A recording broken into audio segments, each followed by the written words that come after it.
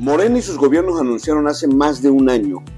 que habían firmado convenios con la Comisión Federal para que el adeudo histórico y multimillonario que consumidores de energía eléctrica tenían en el movimiento de resistencia civil en Tabasco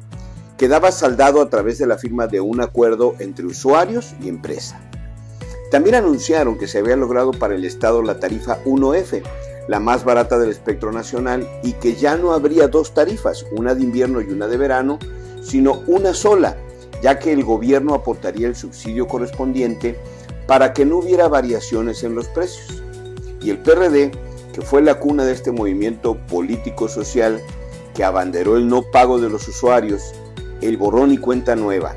que exigió una tarifa justa para Tabasco, al conocerse los términos y los compromisos que los gobiernos federal y estatal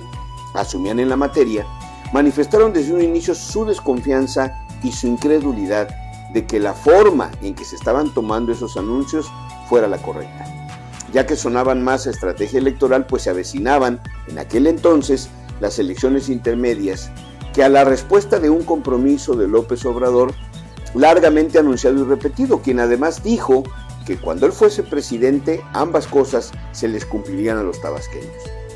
El PRD siempre insistió que debían hacerse varias cosas por lo menos para garantizar y dar certeza que el compromiso fuera cierto y formal, que hubiera un decreto donde se publicaran las tarifas en el periódico oficial, que se aprobara en el Congreso Federal y en la Ley de Egresos de la Federación la consideración económica correspondiente, que en el presupuesto de egresos del Estado de Tabasco se contemplara el monto del subsidio a pagar,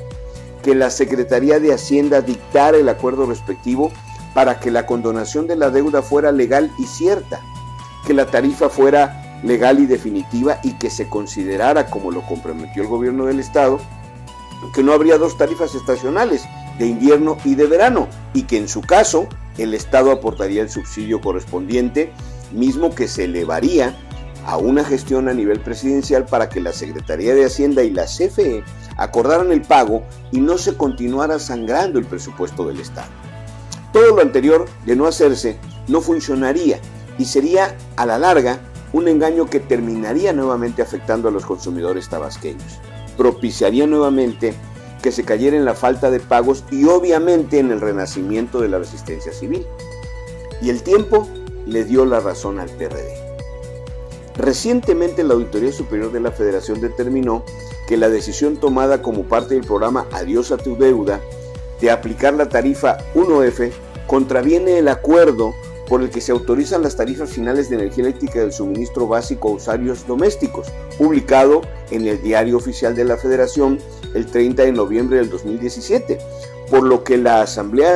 Auditoría Superior de la Federación pues solicita que se realicen las investigaciones necesarias en su caso, hasta que se inicie un procedimiento administrativo por las irregularidades de los servidores públicos que en su gestión aplicaron una tarifa distinta a los usuarios de Tabasco. Es decir, la tarifa 1F no es legal en el caso de Tabasco, por lo que se entiende además pues que no podrá seguir siendo aplicada. Esta irregularidad se suma a la creciente cartera vencida de la Comisión Federal, que según la Auditoría Superior de la Federación ascendió en el caso del Estado a 14.710 millones, lo cual contradice los informes y declaraciones del gobierno estatal, que había dicho que el programa había sido un éxito y que miles de tabasqueños ya no estaban en el movimiento de resistencia civil y estaban pagando la luz. Es decir, más del 40% de los que firmaron el acuerdo de adiós a tu deuda volvieron a caer en mora de pagos y el resto no ha firmado convenio alguno.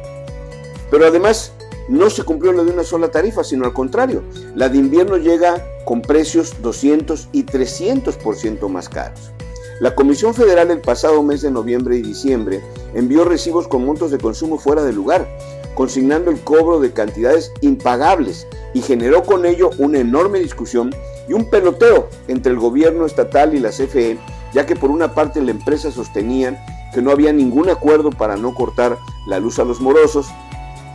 que el cobro en su cuantía era así porque el gobierno no había pagado finalmente el subsidio acordado,